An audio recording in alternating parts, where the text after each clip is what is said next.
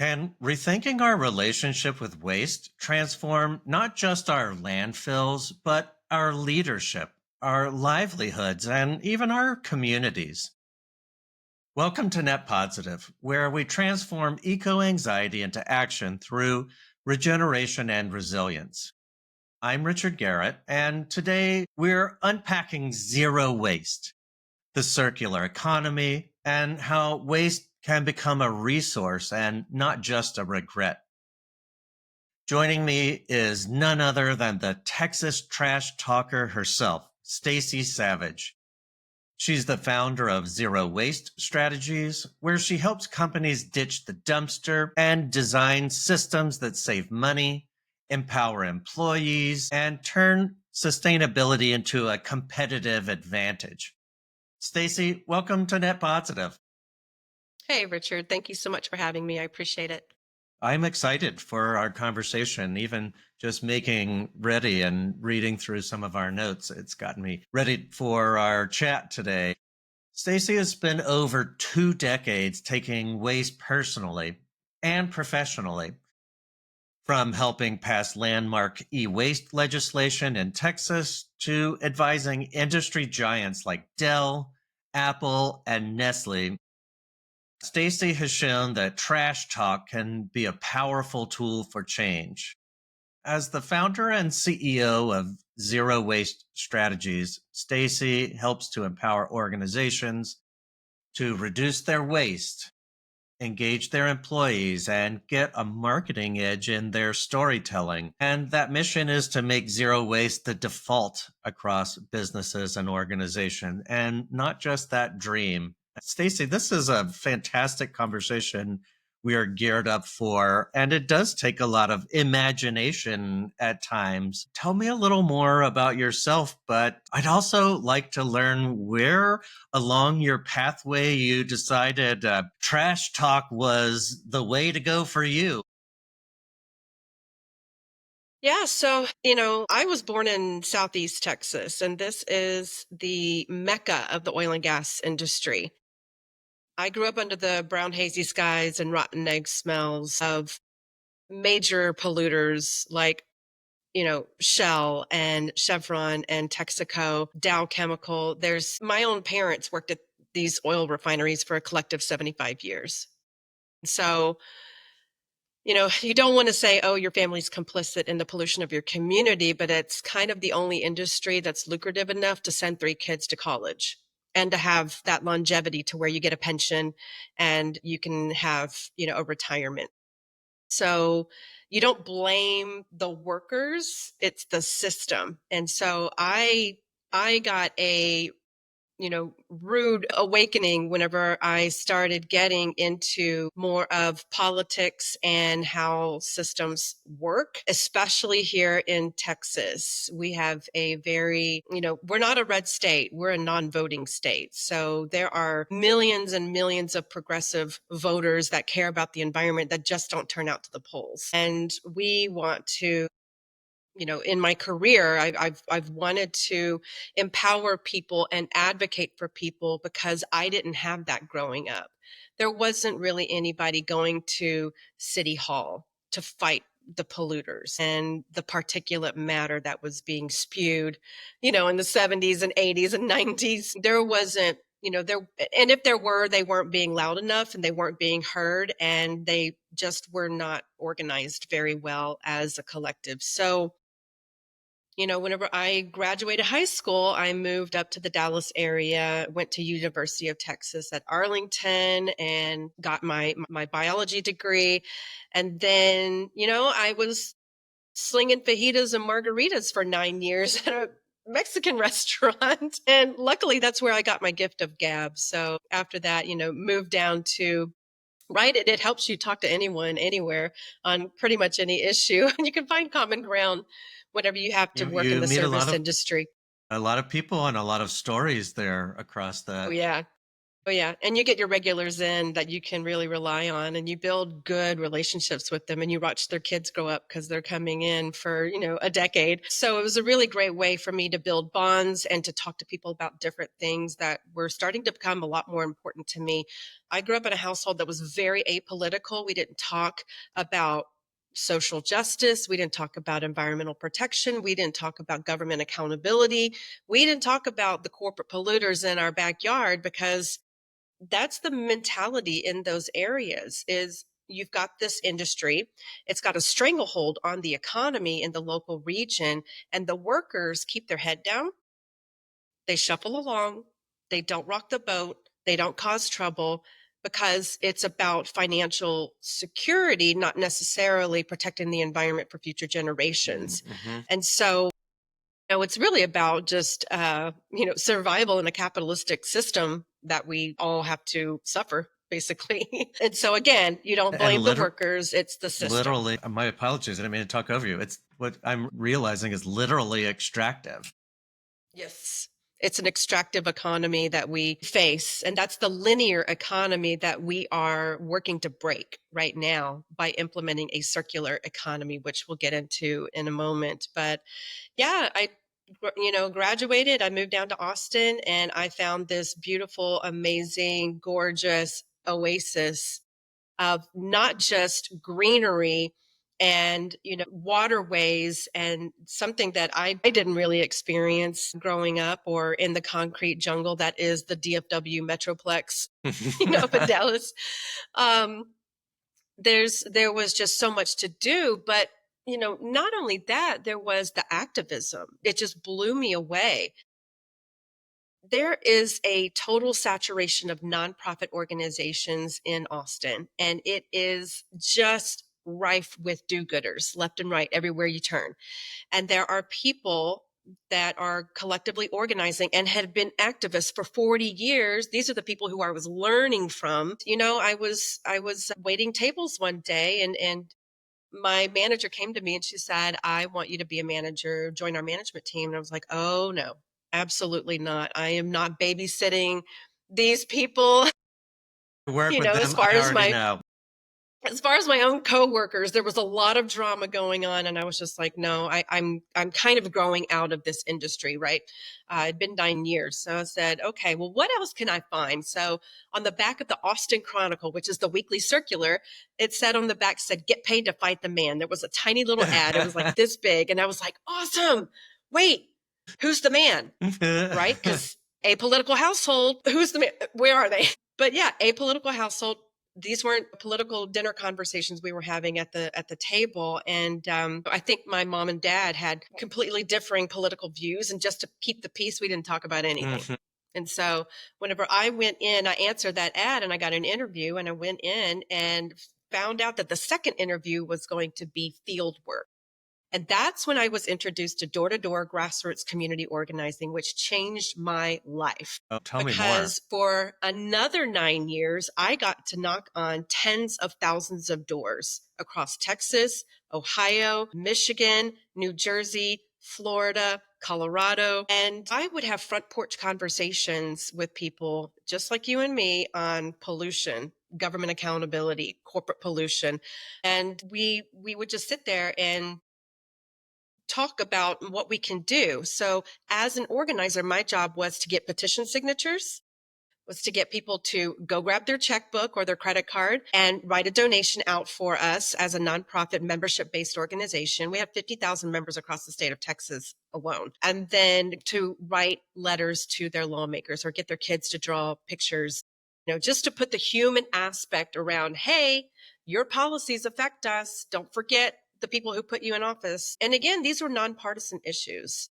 Recycling, keeping mercury out of waterways. Everybody drinks the water and everybody's affected just the same. Tackling landfill issues where they were, being bad actors in the local community and emitting these noxious smells and, taking on these major corporations that were being disruptive to local communities. And so we took that kind of model and we emulated it in different campaigns. And one of the campaigns that we took on was a campaign against Dell. Dell is the largest employer in Central Texas. And we went to Dell's backyard and knocked on doors and talked to his employees.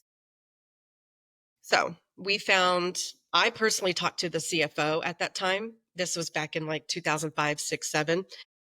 And we started finding key executives. We started finding people who were, account managers, sales reps, all of this in the local area. And we were like, okay, Dell is using prison labor to break down electronics. They're highly toxic. You think about the carbon black that's in, Hmm. printer cartridges as well. In prison, you don't have OSHA standards. You don't exactly have a minimum wage. It's about $2 a day or so. So they were getting cheap labor and not having to really adhere to environmental protections on the inside. Hmm. Whereas also on the outside, good paying jobs were being trashed. They just weren't being filled because they were being filled by prisoners who had to take on toxins in their environment, which is not something that they exactly signed up to do Right. whenever they were incarcerated, right? So we took on, at the legislature, we introduced electronics recycling for computer take back in 2003. It didn't go Wow. anywhere. In 2005, it didn't go anywhere. It might have gotten a hearing or two. In 2007, we finally got traction because Dell sat down with us and helped draft the legislation, helped us lobby for it. No lawmaker wants to go up against the biggest employer in just in a region of the states. uh, During that legislative session in 2007, we got all 181 lawmakers to vote yes on Wow. our Dell e-waste take back bill. And it was a collaborative approach because first we demonstrated the community outcry. How did Hmm. we do that? We sent letters straight to Dell's house. We found out what his actual address was in Austin. And we started, because previously there was an interview he did in one of the local papers, and the reporter was like, well, what about all the letters that are being generated from this campaign to your headquarters? And he was like, what letters? He wasn't receiving the message. And Hmm. so when we did our door-to-door organizing, we actually found out his personal home address, and we started getting people to write those letters to his personal home address. And yes, it was very guerrilla. Yes, it was very outside in, pointing the finger, shaming, and say, you need to come to the table, but it worked. And so, once that happened, we were able to set a precedent in Texas, and we got, again, all 181 lawmakers to not only agree on legislation, but agree on environmental legislation, because we were able to show the economic impacts Hmm. as well. And that's really what brought a lot of the conservatives to the table, is showing the cost of electronics, toxic electronics, ending up in community owned landfills, and the Hmm. residents having to take the financial burden. We're having to clean up their mess with our tax dollars, right? So shifting the burden, shifting the onus to the corporations to where they have to take it back, recycle it responsibly and for free for Texas residents is the bottom line. And that went through the whole process, went through the state environmental agency, where they set up administrative rules so that all computer, original equipment manufacturers, the OEMs of these computers like Apple, Dell, HP, they're all responsible now. And so we repeated the victory in 2011. We actually got televisions on the books as well. We worked with Panasonic and Thompson on that piece of legislation. So it was good to have EPR as a standard here in Texas and join 25 other states that actually had EPR legislation on the books for e-waste as well. So, I was sitting one day in my husband's truck in South Austin, waiting to just waiting for the light to turn green. And I was just la la la, dazed. And something just struck me out of the blue. It shot through my spine. It really made me sit up. And it was just the biggest epiphany of my life. It said, Stacy, the lawmakers, their aides, the city council members and the county commissioners, their aides, all the trash, recycling, composting haulers in the area, the environmental nonprofit heavy hitters across the state. Why aren't you the zero waste hub for resources and services in Texas. And that's exactly what I did. Wow. Because the very next day I went down to the county courthouse, I slapped down my $17 and I got my DBA. Here you go, ma'am. And I never saw myself as a business owner. I always thought I'd have a job, but Mm-hmm. that wasn't in the cards for me. So it was, just that one of those life-changing moments, and you just have this gut instinct and you're like, I have to act on this. I have to do this. I had no idea what I was doing. None. I didn't know how to run a business. I didn't know anything about business taxes, how to market, client acquisition. I started as green as they come, pardon the pun. And I built, yeah, pun intended. I like a good pun. But I built my business over the last 12 years to be able to kind of close the gap in Texas for environmental services, but really focusing and niching down to corporate zero waste reduction, getting their employees trained up and excited about Mm-hmm. circular economy, and getting certified to help businesses at their buildings, their facilities, to become certified as zero waste as well. So we help them with green marketing and all of that. So it's been a wild ride, ups and downs, left and right, a lot of tears, a lot of boohooing and why me, poor me, self-victimization. And then I make a breakthrough. I'm like, well, what was I crying Mm-hmm. about? Mm-hmm. So it's always that growth. And then, you hit the brick wall and then you got to grow again. And then you hit the brick wall. And so there's been a lot of that over the last 12 years. But the thing is that I just could not give up on the idea that there are millions of businesses that need my services. There are millions of businesses just in the US that could take a bolder step and just need a little hand holding to do it. And Mm-hmm. so it was about positioning myself as the Texas trash talker and having people relate to waste is an issue that we're not looking at as a business. You've always got the energy and the green building and the water conservation, all great. They're kind of the golden child or children of the circular and sustainability movement, but nobody wants to talk about the waste issues and what's hitting the dumpster Mm-hmm. back there. And the main thing that I really people that are really resistant to talking about waste is because the ick factor, Uh, you know? that's come up in And topic then before.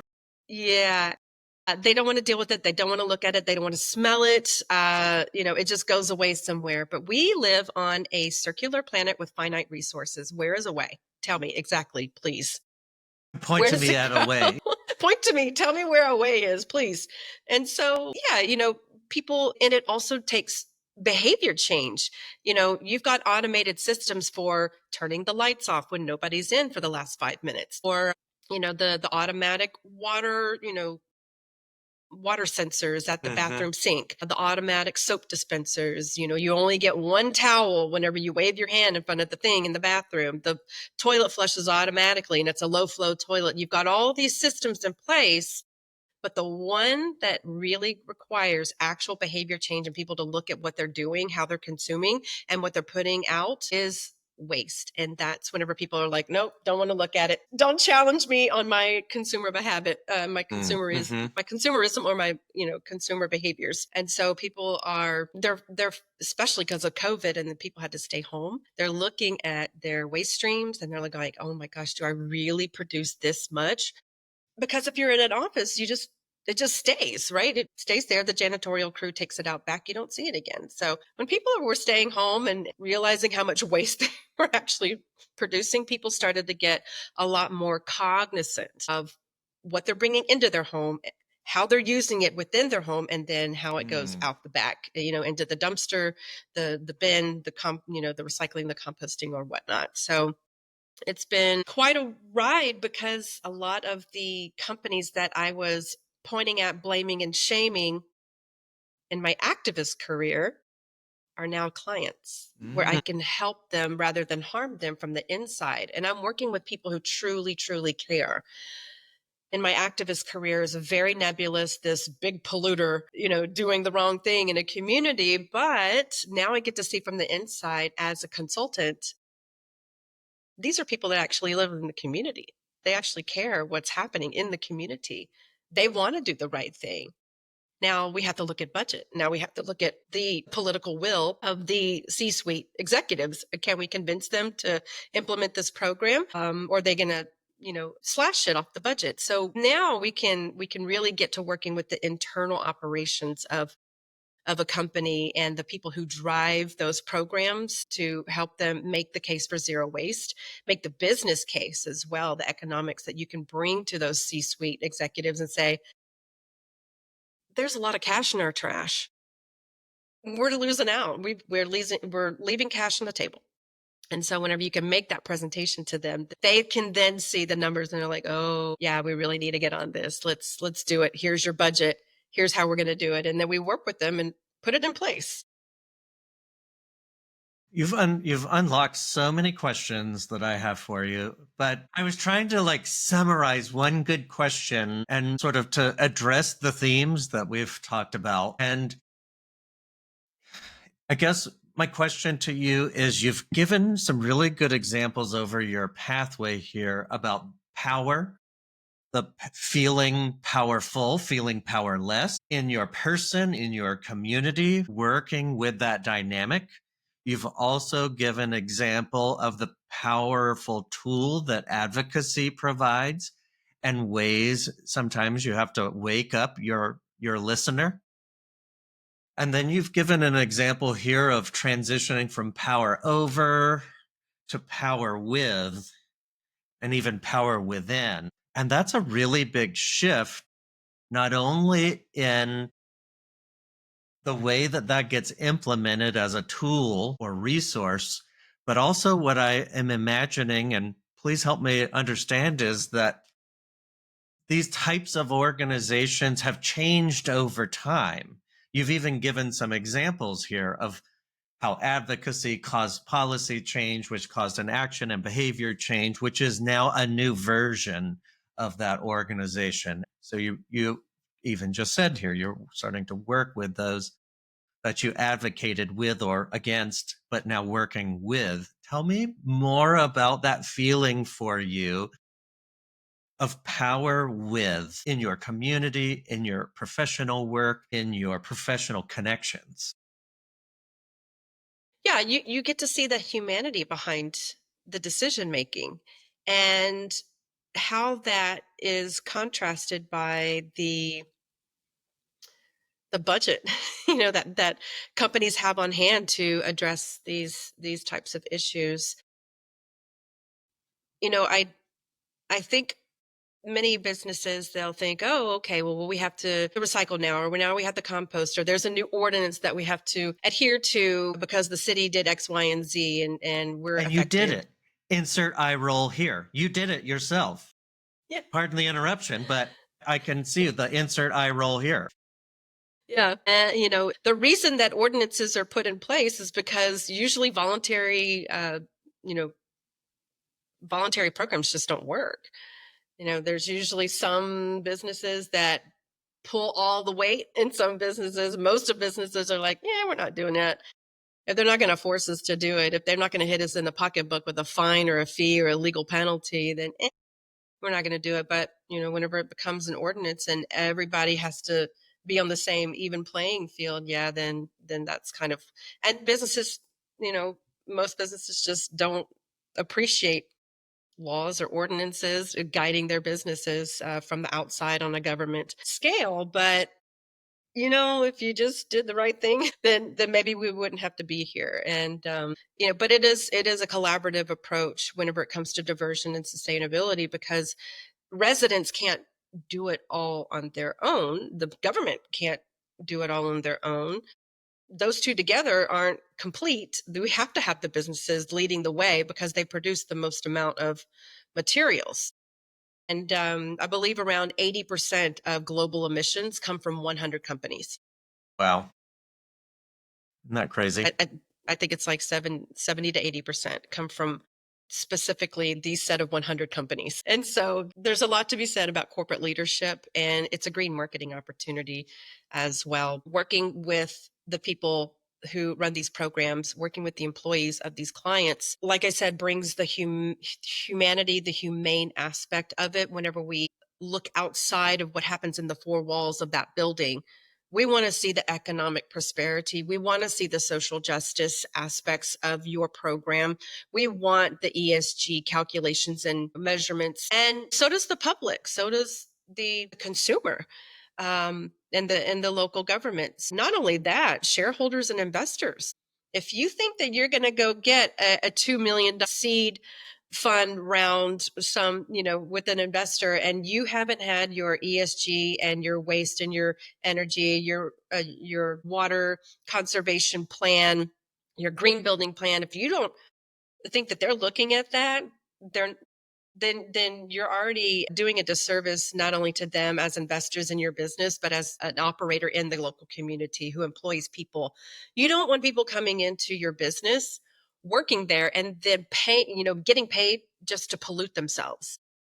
This is what happened in my community growing up. People go to work, they do the job, and then they come home and suffer the environmental consequences. These companies are internalizing profits while externalizing the impacts of their operations. And so, show me how that's fair.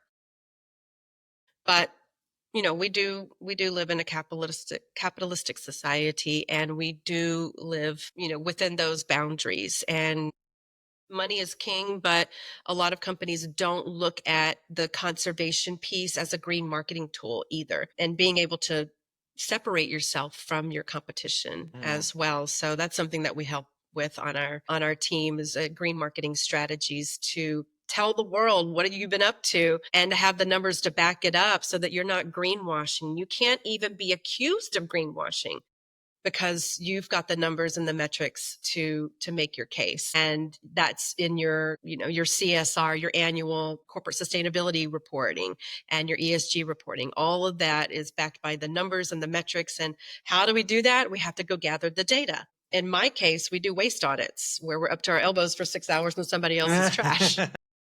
And we're sorting and picking and figuring out what belongs and what doesn't belong. And we can show the cost benefits, and show them where materials were collected appropriately in the correct bin, and where materials were lost. So if there's food waste ending up in the recycling bin and it's too contaminated, well, guess what?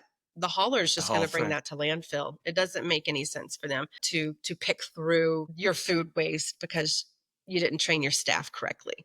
So that's where we come in, is do the waste audit, gather the data, build out, a customized training for that company with their aesthetic, their colors, their lingo that they use in the business with their employees, and do an in-person training or something that's online, maybe on Zoom, where we gamify it. And you have to reach the emotional triggers for people to make behavior change. And remember, waste is the only one in the kind of sustainability world where you have to do individual behavior change so that collectively there's an impact on waste reduction and increasing recycling rates, increasing composting, food waste diversion rates.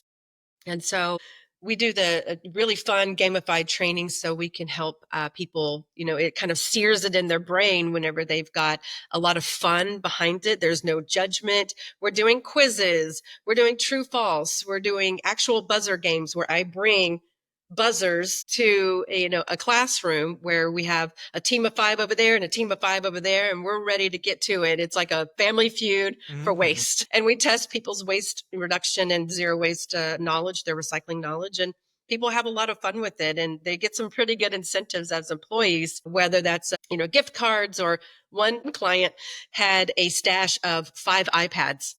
Wow. And the winning team got iPads. That's a big premium. Yeah, that's a big premium. When people jumped up to go be part of a team, they knew what was on the line. And so it's just been really great to help them have a comprehensive approach, because many sustainability leaders, they're LEED certified, maybe they've got some other certification, but they don't really know the first thing about waste. And one of my first big clients, and this was way back 10 years ago, back in 2015, the sustainability manager contacted me over the phone and said, our CEO has set down a mandate that all of our um, facilities in the U.S. must be zero waste by 2018. And I was like, okay. Again, very new to even business ownership.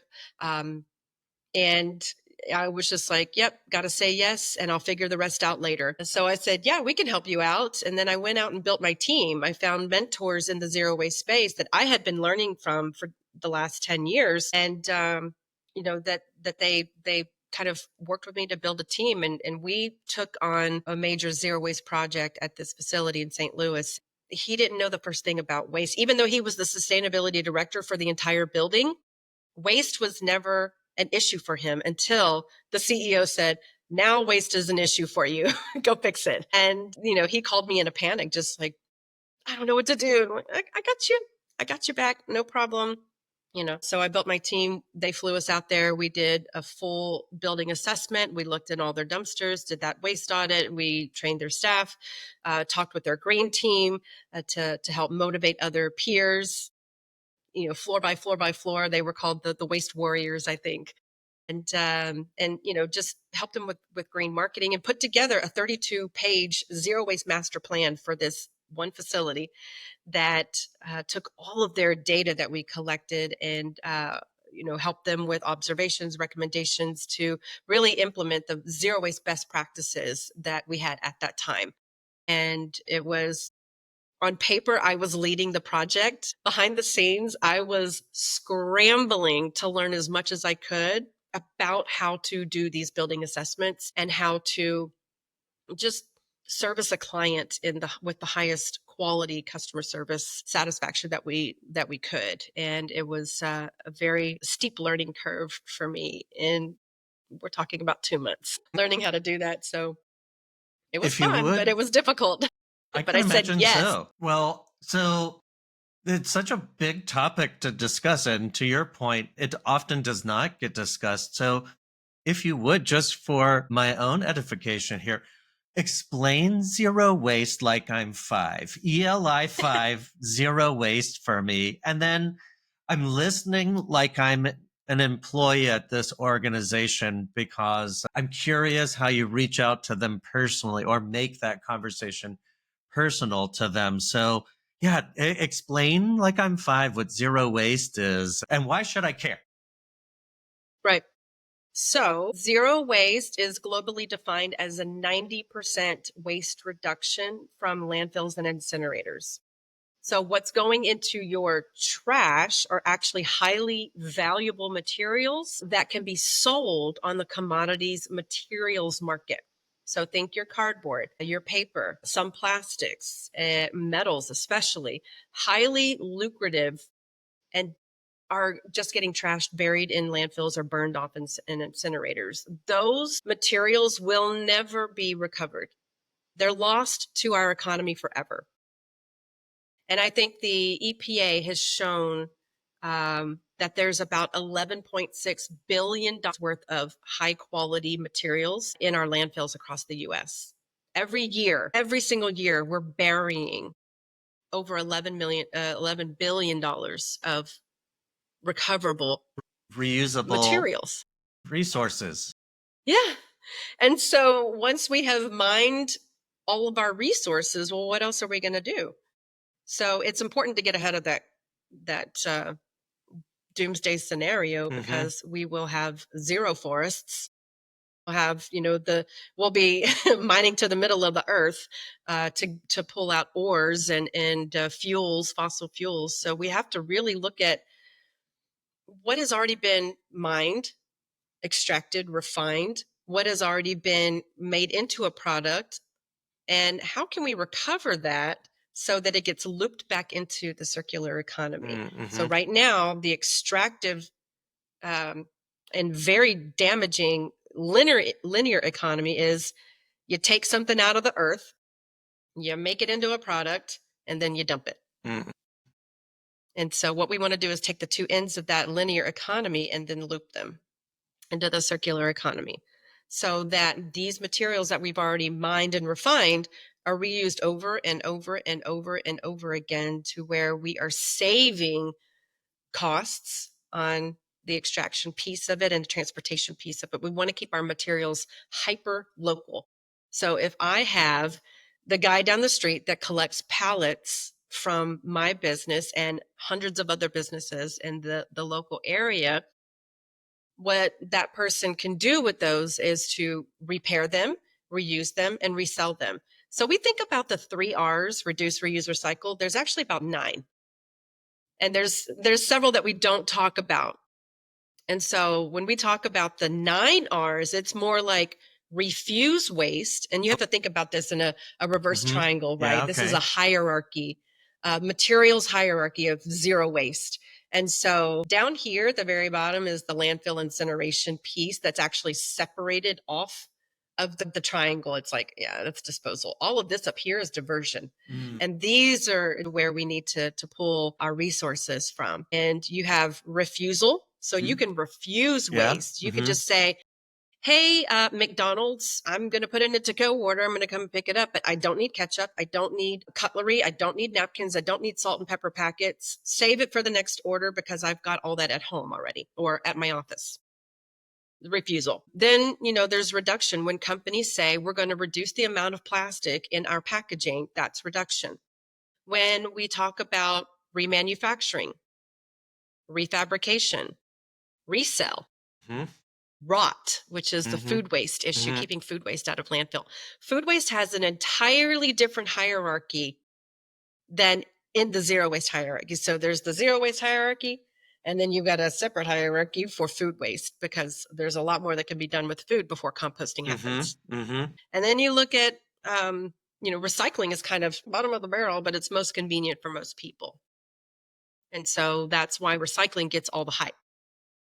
That's why composting gets all the hype, because all of these different R's, the REs that we talk about outside of the 3 R's, the 3 R's, require behavior change. And that's And toughest that's of where all. we're getting that resistance. People don't want to change. People hate change. And so, once you get into a little bit of a habit, it becomes a lot simpler. And you definitely want to teach your kids those sustainability habits and pass that along. But, it all starts individually, but it also starts with the companies who are putting just crap on our store shelves. They are absolutely banking on making more money through planned obsolescence. And planned obsolescence is baked right into the products. This is scheduled to break in 3 to 6 months. Well, what happens? You dump it and you have to go buy another one. Whether it's from that same company or not, and people are very loyal to brands, they're going to go back and maybe buy the same brand, the same model that just broke on them because they don't understand that obsolescence was already planned into the design of the product so that the company can make more. When I was growing up, I graduated high school in 1993, and I was gifted a Sanyo TV, the really big bulky ones with the CRT tube on the back and all that. And that thing followed me for 17 years. I was 34 whenever I got my first flat screen TV. And so It takes two people to move it. Yeah, exactly. I could pick up the little guy, pretty easily myself. That's how it moved from apartment to apartment with me. But, whenever they say they don't make them like they used to, it's absolutely true. That adage is completely true because it is it's designed to fail. And that's why we get a lot of buildup in our landfills, because there's no take back programs. There's no closing of the loop. And whenever we talk about circular economy, we have to look at it product by product. The companies should be responsible for the entire life cycle of their product, just like electronics manufacturers now are. Paint, as well. Paint companies, chemical companies, they need to be taking back their products and being responsible because the stuff just does not belong in community owned or even privately owned landfills.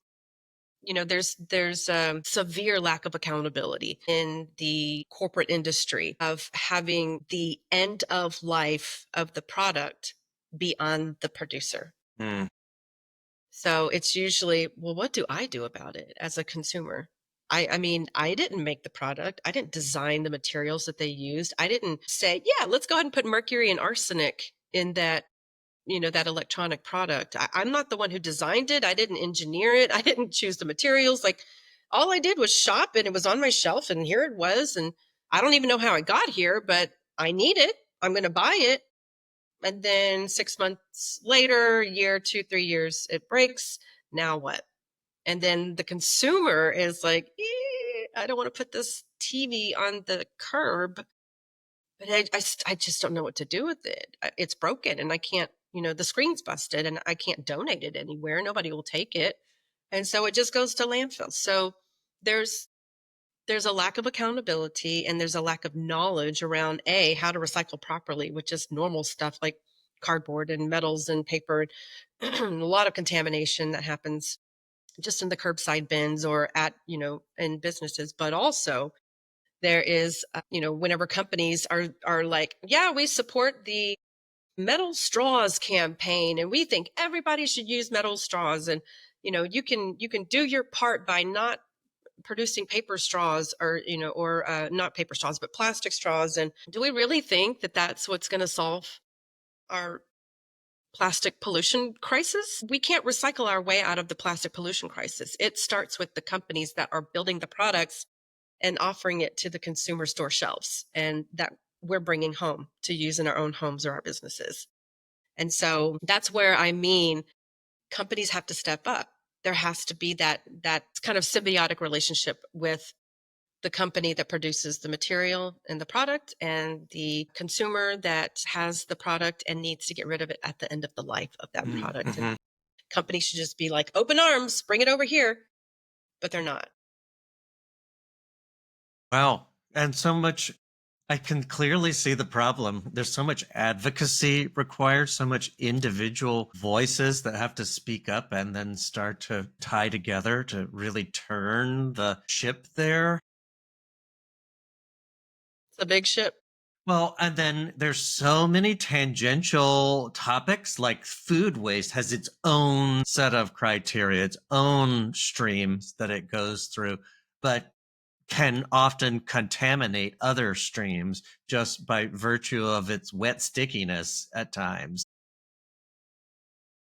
And it gets heavy and it's stinky and people get that ick factor and they're just like, I don't want to deal with this. And so it goes in the wrong bin. And then you get contamination. Well, and then there's other topics that we hear in our, particularly on the electronics side of things, of rights to repair our devices and our products, and them having planned obsolescence being involved or glued together and you can't repair it, or non-serviceable parts are a strong element to that, even pointing back to the e-waste that you were talking about at the top of our conversation. But then even my mind is wandering both in consumer products, but even our built environment of design for disassembly. Oftentimes we'll glue flooring down or glue parts together. They're not meant to ever come apart again. And by removing those components, you have to scrap them. You have to waste them because you can't get the glue apart. And boy, Mr. It's a huge topic. This is a huge topic. Yeah.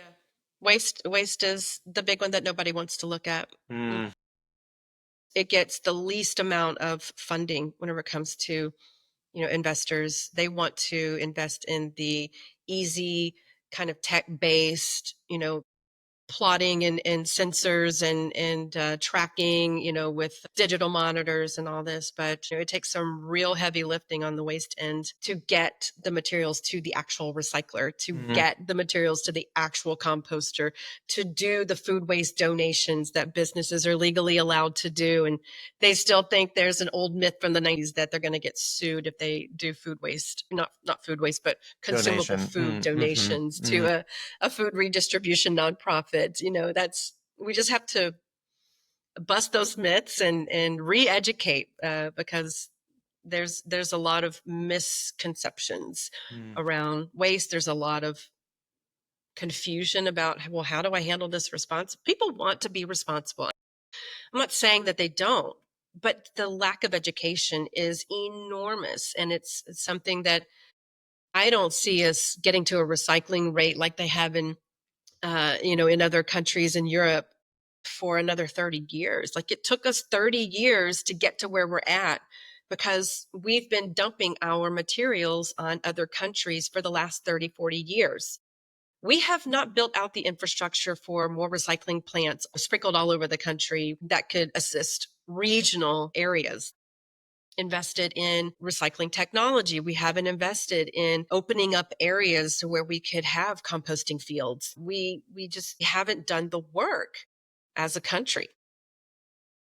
And it causes some downstream effects, plenty of downstream effects. And you and I were even having a chat just before today's conversation about the economic, social, and environmental injustice of that waste. Tell me a little more about what is kind of back to that concept of what is away, where does it go, and what happens to the people and places that receive that waste?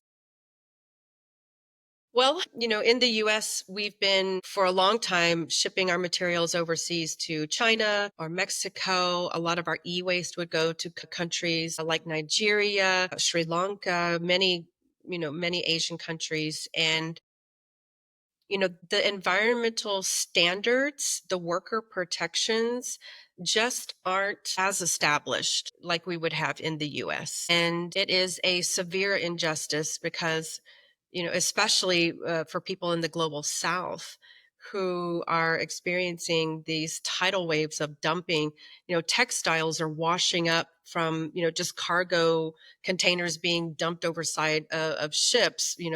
They're becoming open in, because of the waves sloshing them around, and they either disintegrate or they open up in on the heavy seas, and all of this stuff just starts washing up on shores. And you can see videos from all over the world of waves of what should be water coming in and splashing up on the shore is actually plastics doing the undulation because it's, this deep or more. It's the top layer. It's not water. You can't even see water when you look out from the shores. It is, countries in the global South, countries in Asia have been the dumping ground for the rest of the world for decades. And, because they are poor, they're underserviced, rich countries like the US really do see them as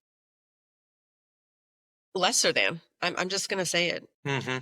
Lesser than that we don't deserve to smell the trash or see it. It needs to go somewhere. So when we talk about where is away, well, this is where away is, or it's just in our oceans. They're finding plastics in the deepest parts of the ocean.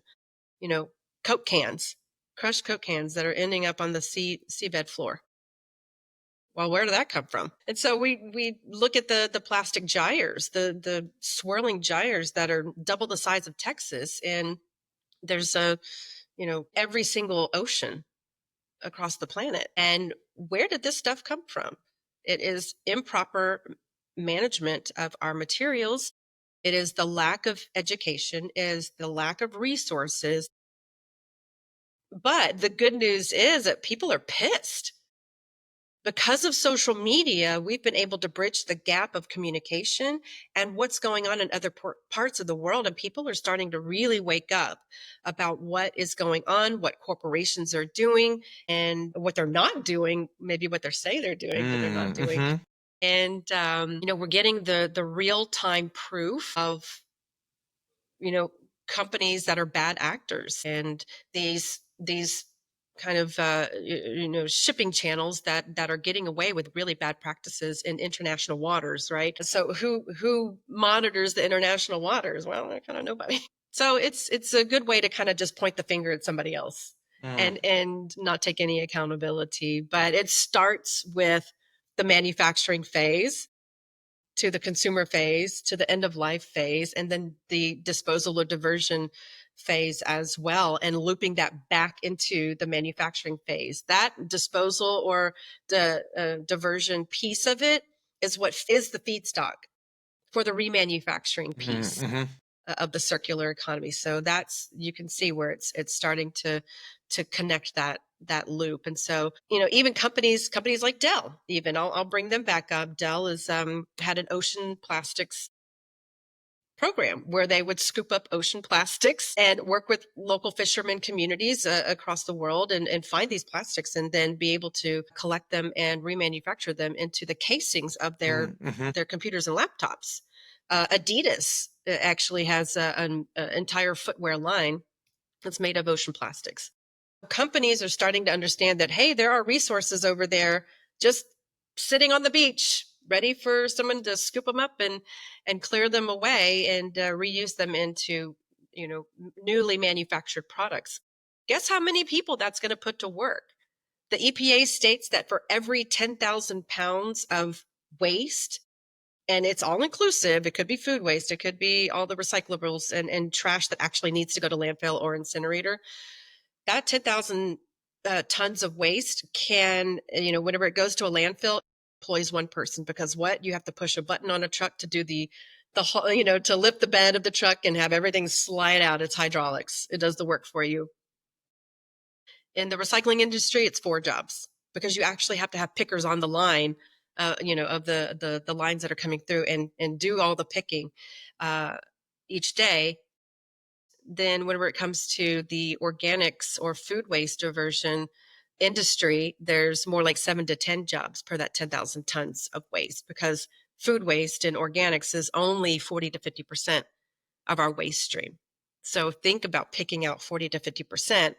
You're going to need a couple more workers than recycling. Mm-hmm. And then in the reuse sector is where we get 75 to 250 jobs per 10,000 tons. Wow. And reuse, we talk about finding the materials for repair, reuse, resell, making things into different products that you probably would have never thought to use that material for in the first place. So this really builds the ingenuity of the human mind as a Mm-hmm. species. And the reuse sector is really where it's at. Wow, this is fascinating. Makes you think, right? I know, my mind is just swirling here. Do you see circularity being present or future or past? Circularity is here. Yeah. It's both, because what's already buried and burned off in landfills and incinerators, we can't really go and extract that, right? It's gone forever. So circularity is now, and it is the future boon of the next kind of big economy. Will trigger the next boon in the economy is the circular economy, and it is building that feedstock of materials that are hyper local, that that workers can sort, and the recyclers can make money off of the clean recyclables. They don't make money off of dirty recyclables. You kind of have to put that little bit of water in there and give it a little shake before you put it in the blue bin or whatnot. And you got to make sure. Sorry, can you hear me? Okay, my AirPod died. I'll have to edit this part out. um so the audio might sound a little weird or a little different from previously, but gosh, what was I saying? So you might have to put a little bit of water into that glass spaghetti jar and give it a little shake and dump it out, and then put it into the recycling bin. You got to make sure that the little sticker is pulled off of your banana peel before you put it in your compost bin, because composters don't like that. It's contamination. You got to pull the staples out of your paper before you recycle it. So there's just those little tiny things that we can do each day to make it easier for the downstream processors that have to deal with our materials before they're sold on the commodities market, on the materials market. Well, Stacy, you've told us about your story, your pathway, your entrepreneurism, your advocacy, all the work that you've done to really empower your community of organizations, of companies, of neighbors that are working together here. I want to transition to our next segment, but do you have any other thoughts about circularity and your work to summarize? It's going to take us all. It doesn't happen in a vacuum. It can't. There needs to be regional programs where many local communities in a certain area can, exchange and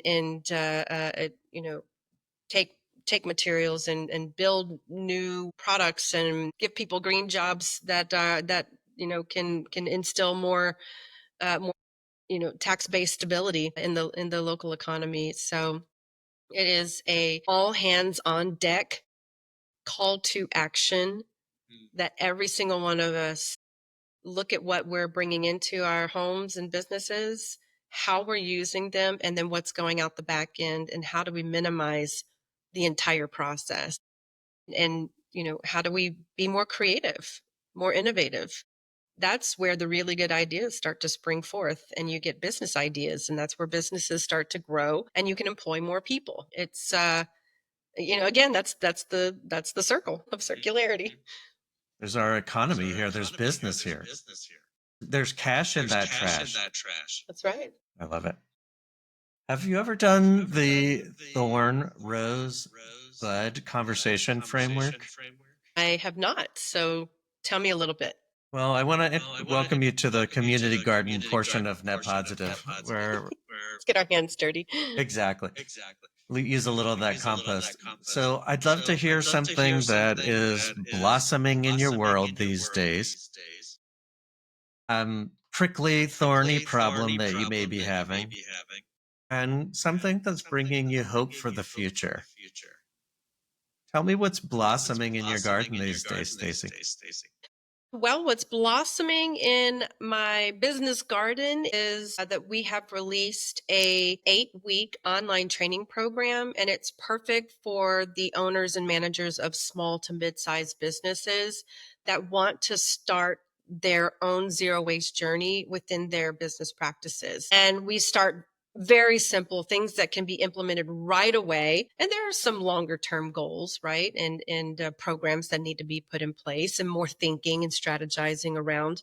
But we start you off and do that hand holding that I was talking about a little earlier. Businesses want to do the right thing, they just don't quite know where to start. So that's where we come in.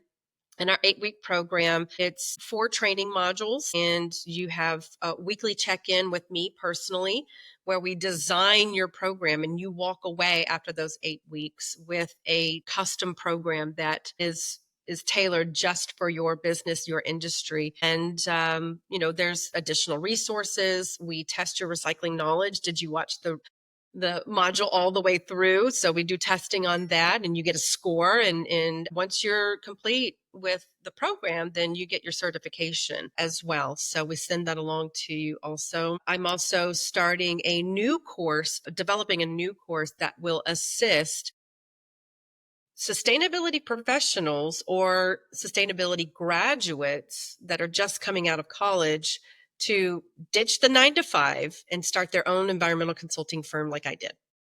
And so I'm pulling my 12 years of experience and packaging them into a 6 to 8 module program to where we teach you, how do you open up an LLC? How do you do the taxes? How do you acquire clients for your new business, and what does the green marketing strategy for your own business look like to be enticing for a potential new customer? And so we go over all the things. How do you write a proposal? What do they need to see in your proposal? What's going to set you apart? So we go over all of those strategies that I had to learn how to do without an ounce of knowledge, and I just had to muddle through it. So I'm hoping to reduce the headache levels of people who want to start their own environmental sustainability consulting firms for their own financial security and making a stronger impact outside of the 9 to 5, the company that they may be working for currently. So yeah, that's in the works. And I released a new book on Kindle called The Zero Waste Family. Whoa, tell And me it more. helps parents go zero waste in their own household, save on the monthly budget, teach the kiddos a thing or two about sustainability. It goes through every single room of the home and gives strategies and tips, tricks, hacks on how to reduce waste in each room of the home, on family vacations. How do you do a low waste family vacation whenever you've got a toddler? And then also for how to plan for events and parties and celebrations, that kind of thing. So it kind of runs the gamut of things that would be, that would be happening within the homestead, the household as well. So yeah, those are kind of the things that are blooming over here. Any particular thorny problems? Well, I guess sometimes social media can be a real thorn in my side. I'm Gen X, baby. I'm analog and I'm digital. So, I've had to learn a lot whenever it comes to, just putting yourself out there. We didn't grow up with a camera in our face unless it was mom with the shoulder camcorder in the back of the room, filming your choir recital. You didn't have, just the handheld device where you can document every single piece of your life and have the audacity to think that millions of people would want to follow along with that. So sometimes it's just that imposter syndrome kind of creeps in, even though I have 22 years of experience, just being a female working in a male dominated space and industry as well can be a little difficult and being taken seriously. There's just a lot of traditional ways of thinking for many corporate structures. And I think we're starting to kind of finally get past that and see the value that women bring to the table whenever it comes to better operations and optimizing and maximizing the cost effectiveness of a business. And we get it. We get it. We run households. We raise children. We understand how to, wring every penny out of that dollar. We understand the budget. So it's really important to put women to work in these male dominated industries that have unfortunately adhered to archaic strategies and practices for many generations, not just decades, generations, and bring those new ideas to the table, those new views and perspectives and opinions to make things better and make things more collaborative as in the consulting industry and helping businesses that aren't easily moved to newer ways of thinking or newer ways of strategizing with different types of people that may have perspectives that are different from their own. So those are a couple of things that have been a little Makes sense. What brings you hope for the future? The youth, they're not here for it. They're absolutely angry. They are in a doom scenario and they are fighting back with every fiber of their being. I see it left and right with student groups on college campuses. And, I have 3 nephews. One of them is a Gen Z, 2 are Gen Alpha, and Gen Alpha is just more feral than Gen Z ever was. We're seeing this tide of change of the student population, the youth population. They are being, outright combative on policies that the boomer generation is still putting into place because they hold the power in our Congress. And we see people even younger and younger running for office. Even if they don't make it, they're putting themselves out there and they're ready to make a change. The youth is really inspiring because as Gen X and probably older millennials will agree too, that we have been kind of stuck in this battle between the boomer generation that has all the money and the wealth and the power and this scrappy Gen Z, Gen Alpha, movement that is taking on environmental injustice and social problems and issues in a way that we've never seen before. Whenever they take to social media and they out these companies and they call them on the carpet or they publicly shame a lawmaker for voting a certain way, or they'll conduct sit-ins in their offices. And I don't think that the middle generations really had that gumption. I don't think we had that audacity. I think we were raised to just kind of, sit down and shut up. We're seeing this. And it's so funny because those Gen Alphas and Gen Zers were raised by Gen Xers. And the Gen Xers, I think we are the punk generation. We are extremely defiant, but that was kind of like, it didn't really translate to a global movement of impacting better quality of life for other people and protecting our environment. It was just more like, I'm not going to do what you tell me. Hmm. That's where our defiance, it was individualized, right? Defiance. And I think, the younger generations have a much more collective, collaborative approach where they are strategizing together, and they're using social media channels to connect and to find their tribe, and just to build that coalition of strength that comes from that grassroots movement, the bottom up bubbling of public outcry that moves those who are in power to make better choices for them and their future. Continuing on the theme of gardening, who have helped you to grow as mentors, and who are you tending to grow? Well, whenever I first got that Fight the Man job back in 2003, Robin Schneider was my mentor, and she has been since. She just retired. She was the executive director of that nonprofit organization that I worked at for 9 years, knocking on doors for 25 years. And she just had her retirement party 2 weeks ago. So Congratulations. well deserved. I mean, brava, gosh. I mean, she's the one that led the zero waste movement in Austin. She's the one that led the challenge against Dell to get him to the table on e-waste legislation. She led, pollution issues, water issues all across the state, and really did a great job building so many strong coalitions of neighbor groups and really strange bedfellows as well. People from different walks of life that you never thought could find common ground. She's a coalition builder. She's a true activist deep in the heart of Texas, deep in her own heart. And the I professionally through her, and to find the common ground and to be able to develop the policies. And a lot of that was filtered into how I run my business with strong integrity and really putting the customer's needs at the forefront to make sure that they're getting what I can promise. Yeah, Robin is really just one of a kind, and she is a legend here in Texas, among the environmental community. Another is Gary Liss. He's kind of the godfather of zero waste here in the US. And he kind of took me under his wing for the last 15 years or so. When I first started my business, he gave me my first contract job. I subcontracted with his company to help the city of Fort Collins develop out a business recycling ordinance. And that's what helped me as uh, you know, that's what helped me help the city of Austin build out its own zero waste business recycling ordinance as well. I helped pass that.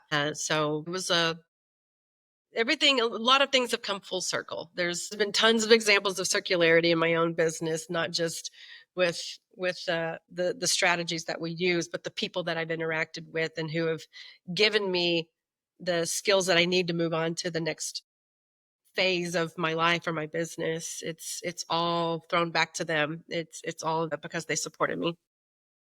And you have this opportunity to help others grow with the Yep. coursework you're developing. Yep. And my goal is to help the next generation of zero wasters come up with the institutional knowledge that's so critical in order to run their business or to work in a company as their zero waste executive or their zero waste, their chief sustainability officer. So, you don't have to go through my course to learn all of that. I mean, I'll just have an hour long meeting with you on Zoom, and we can go through whatever questions that you have. But I try to cover as many angles as possible to make sure that the next, because again, my mentors have been doing this for 40 years. They're ready to retire. They're tired. They're exhausted from constantly having to go up against the resistance of politicians and corporations that don't want to bend anyway. So they are exhausted, and they are ready to pass the torch to the next generation. So I'm here as the kind of intermediary, because I know the systems and I know the programs and the policies and the practices, but those coming up behind me, I'm putting the ladder down so that they can climb up. Amazing.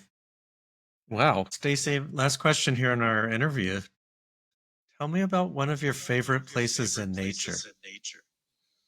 Ooh, I actually live not even a mile from a state park here.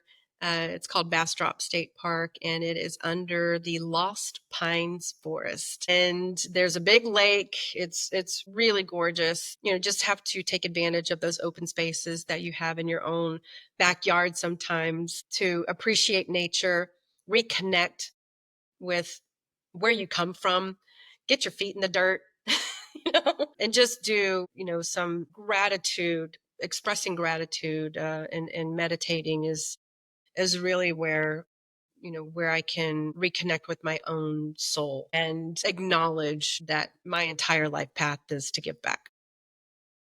That's pretty amazing. Stacy, I'm so happy that you joined us this conversation today. You've taught me so much about waste, the 9 R's. I'm going to go do a little more research.